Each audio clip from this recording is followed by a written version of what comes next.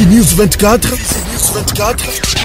Média d'information en temps réel. Média d'information en temps réel. Fizi News 24. Fizi News 24. Chombo cha habari kwa muda sahihi. Média d'information en temps réel.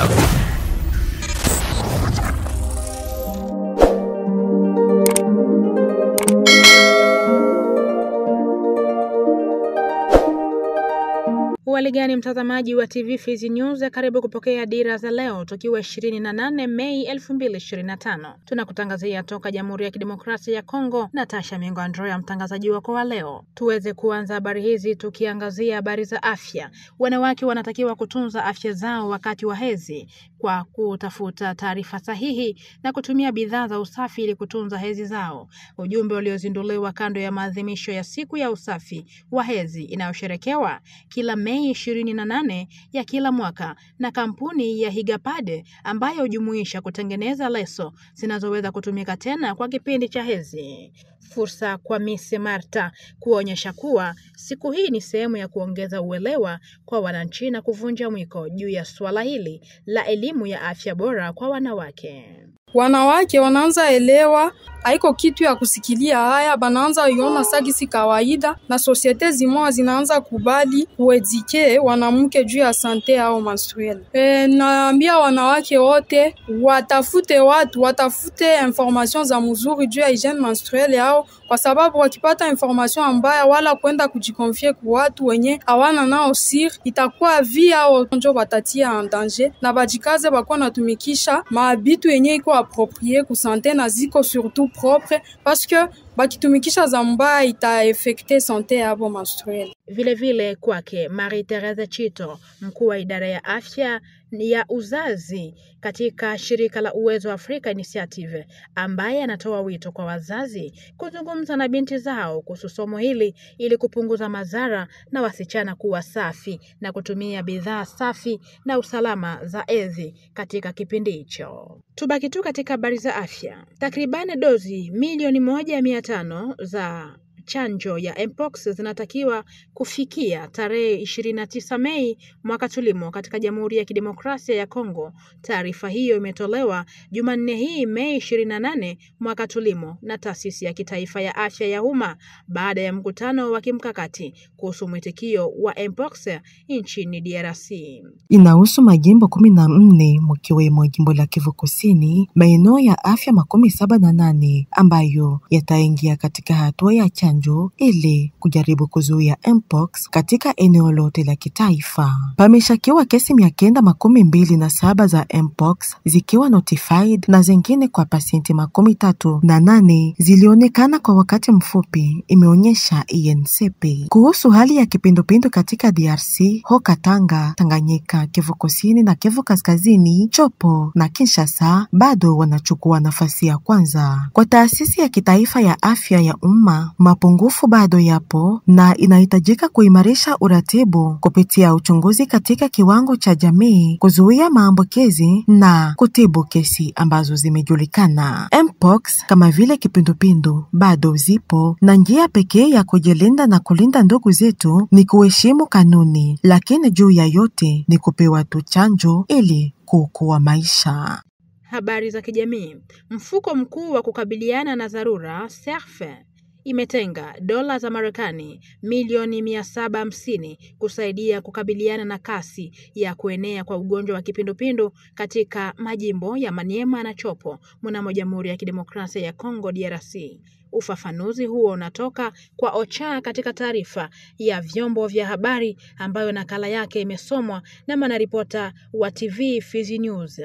Kulingana na OCHA, pesa hizo zitatolewa kwa UNICEF na OMS pamoja na wafadhili wao kwa ajili ya kuboresha kuweko kwa maji, tengeneza nafasi ya matunzo na hasa zaidi kuwa na hali nzuri, kuboresha kupingana na maradhi na hasa zaidi kuhakikishiwa kugharamiwa kwa wakaaji ambao wanahusika. Kwake Bruno Le Marquis, coordonata anayehusika na kazi za kiutu na msaada ya kiutu Jamhuri ya Kidemokrasia ya Kongo, imekuwa ni nafasi kwa ajili ya kupingana na kipindupindu kwa wakati kama inayokuwa kistahili. Hiyo imekuwa na mbinu muhimu mkubwa na ambayo inakuwa ni kuepusha maradhi hiyo, na hasa zaidi kukinga wakaaji na kuepuka ya kwamba yasiwe kwa hali mbaya. Jimbo mbili zinahusika pakiwa Maniema na Chopo. Visa vya kipindupindu vimeripotiwa katika eneo la afya la Kindu, nafasi iitwayo Alunguli Maniema na pia Opala pa Chopo, na ambao pametoka kwa visa 158 hadi 577 mnamo wiki ine, ikiwekwa toka mwaka wa 2012. Kwa mara ya tatu kwa sasa yamekuwa yakitumiwa.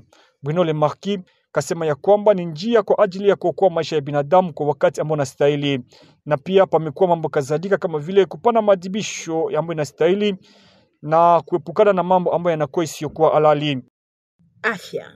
Shirika la mpango wa chakula duniani PAME linaonya juu ya kuzorota kwa hali ya chakula katika majimbo ya mashariki mwa Jamhuri ya Kidemokrasia ya Kongo. Katika taarifa yake iliyochapishwa, inabainisha kwamba angalau wa Kongo milioni 28 katika mashariki, hasa katika eneo la Ituri, Kivu Kaskazini, Kusini na Tanganyika, wanakabiliwa na uhaba mkubwa wa chakula. Wakati wa sherehe hii, PAME inahusisha hali hii na kuongezeka kwa migogoro ya silaha katika eneo hili ambalo inasababisha watu wengi kuhama makazi yao na hivyo kuzidisha uhaba wa chakula katika viwango muhimu tangu mwanzo wa mwaka wa 2025. Hali hii inazidisha mwitikio wa kibinadamu ambao tayari uko chini ya ziki nchini DRC na nchi jirani. Idadi ya watu wanaokabiliwa na uhaba mkubwa wa chakula katika majimbo haya inaongezeka kutoka milioni 6.6 hadi milioni 7.9 na kufanya jumla ya Wakongo walioathiriwa na janga hili kufikia milioni 28 kulingana na PAME. Aliongeza kuwa zaidi ya 90% ya familia katika majimbo ya Kivu Kaskazini na Kusini zimeathiriwa na shida hii ya ukosefu wa chakula. Hali hii inaelezwa hasa na kupanda kwa bei ya vyakula vya ndani, matokeo ya moja kwa moja ya ukosefu wa usalama ambayo inazuia njia za biashara na kuzuia upatikanaji wa masoko. Zaidi ya hayo, uzalishaji wa chakula katika kaskazini ya mbali ya Kivu Kaskazini, kituo muhimu cha kilimo, imetatizwa pakubwa. PAME pia inazingatia kwamba uhaba huu wa chakula unaathiri karibu Wakongo 14,000 ambao walikimbia nchi jirani katika miezi minne ya kwanza ya mwaka wa 2025. Miongoni mwao wanawake, watoto na wazee, pia wanaoishi katika mazingira magumu zaidi, wanaoishi katika maeneo ambayo mara nyingi yana msongamano mkubwa wa watu. Katika kukabiliana na mgogoro huu, PAME inasema imesaidia takribani watu milioni 1 katika majimbo ya mashariki kati ya Januari na Machi mwaka 2025. Licha ya changamoto kadhaa kubwa zinazoikabili, ikiwa ni pamoja na ukosefu wa usalama, uhaba wa chakula na kufungwa kwa uwanja wa ndege wa Goma.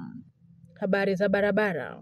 Kampuni ya uchimbaji madini ya Alphamin BCA Mining imezindua kazi za ukarabati wa barabara ya taifa nambari 3 nafasi panapoitwa Osokari Logu katika eneo la Walikale huko Kivu Kaskazini. Hii ni kuwezesha harakati za watu na bidhaa zao katika eneo hilo.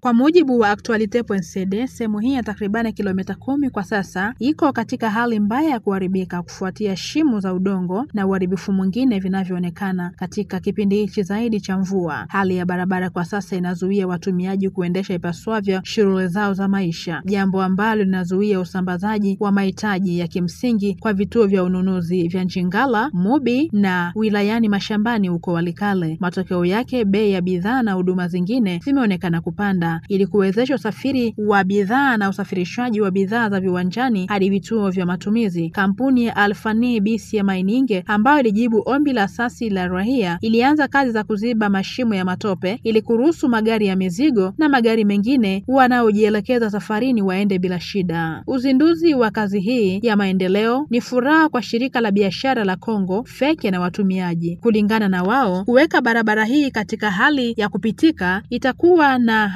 athari chanya kwa uchumi ya eneo hilo na kuruhusu mapitio ya kushuka kwa bei ya bidhaa na huduma katika eneo la Walikale, hasa wakati ambapo fedha zizunguki katika eneo hilo kwa sababu benki bado zimefungwa, hasa katika eneo la Goma, jiji ambalo hadi sasa linadhibitiwa na AFC M23 tangu mwisho mwa mwezi wa Januari.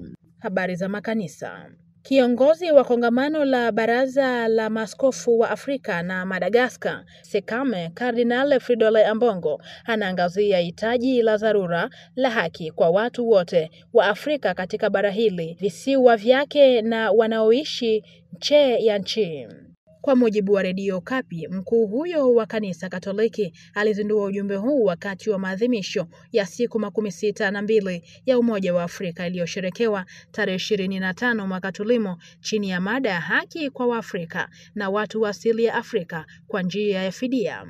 Kardinali Fridolin Ambongo alituma ujumbe wa amani, haki na upendo kwa viongozi na watu wa Afrika. Anasisitiza wasiwasi wake kuhusu changamoto za dharura zinazokabili bara la Afrika na watu wake, zikiwemo ukosefu wa haki, ugaidi, migogoro, umaskini, elimu, huduma za afya, mazungumzo baina ya dini, ekolojia, wakimbizi na watu mbalimbali waliokimbia makazi yao, biashara haramu ya kibinadamu, kwa kutaja machache tu. Kulingana na Tume ya Afrika ya Haki za Binadamu na Watu, migogoro ya kisasa na hali ya migogoro katika Afrika imelazimisha mamilioni ya watu kukimbia ili kuepuka mateso, ukiukwaji wa haki za binadamu na njaa. Na kwa bahati mbaya, makundi yaliyo hatarini, hasa wanawake na watoto, wanakabiliwa na ukiukwaji mkubwa zaidi wa haki za binadamu katika migogoro. Kiongozi wa SECAME anaimani kwamba viongozi wa Afrika watazingatia kwa makini maombi na mawaidha ya kichungaji ya Baba Mtakatifu Leo 14, ambaye kwa kufuata nyayo za mtangulizi wake Baba Mtakatifu Francisco anaimarisha dhamana ya kanisa kwa ajili ya haki, amani na utu kwa watu wote, hasa maskini, wale wote wanaosukumizwa pembezoni mwa jamii na wale wanaoteseka kwa mateso ya migogoro, ukosefu wa usawa na kutelekezwa.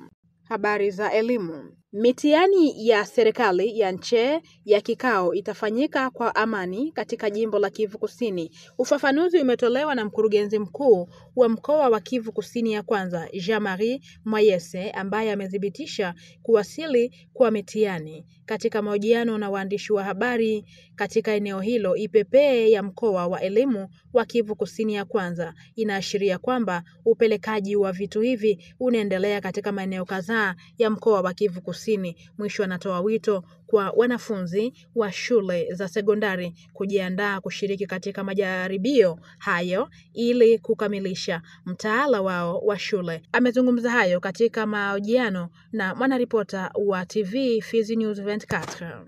Kwa lengo la kurahisisha usambazaji wa maji ya kunywa kwa wakazi wa Mungu, Hewa Bora, Giamba na Mukukwe, Gavana wa Kivu Kusini chini ya FCM 23 Emmanuel Birato ameiambia Regideso Jumatano hii Mei 28 mwaka tulimo wachukue sehemu ya ardhi katika makazi yake rasmi. Yote hayo ili kurahisisha kwa ufanisi mradi wa vyanzo vya maji unaotekelezwa na Regideso katika sehemu hii ya jiji la Bukavu. Kulingana na Gavana wa Kivu Kusini Emmanuel Birato, uamuzi huu utapunguza mateso ya wakazi ambao hawakupata maji ya kunywa katika maeneo kadhaa ya jiji la Bukavu. Katika sherehe hizo, Gavana aliahidi kuwasilisha ripoti kwa maafisa wa FCM 23 ili waweze kukusanya rasilimali muhimu za kifedha kwa mradi huu wa vyanzo vya maji ulio kwenye barabara ya Gavana. Hapa Mula Kivu, mu residence yangu kuko fasi kwenye nilisema utatafuta tuweze fanya ile station de pompage. Alors nilibaita pour que bakubwa ba Regideso bakuye baangalie wapi réellement wenye waliwazia ke wanaweza tia ile captage, pour que nijione mimi mwenyewe mbele ya kuanza kazi na tuweze kutia mawazo pamoja. Kazi zitaanza bientôt. Siwezi anza na sijatuma devi kwenye wakubwa. Habari ya furaha kwake Bwana Frank Salomo, mkuu wa kitengo cha ufundi cha Regideso, ambaye anamshukuru mkuu wa mkoa kwa kitendo hiki ambacho kimekuja kwa wakati mwafaka. Mwisho anahakikisha kwamba mradi huu utaleta manufaa katika kuboresha hali ya maisha ya wakazi katika jiji la Bukavu na sekta ya maji. Mkoncession ya gouverneur ni fasi maji ingaliki bora na environnement inachungiwa vizuri. Nafasi hii tutajenga station ya pompage yenye itatuproduire kiasi ya cubic meter 20,000 ya kutuma, tutatuma Mungu, na huko Mungu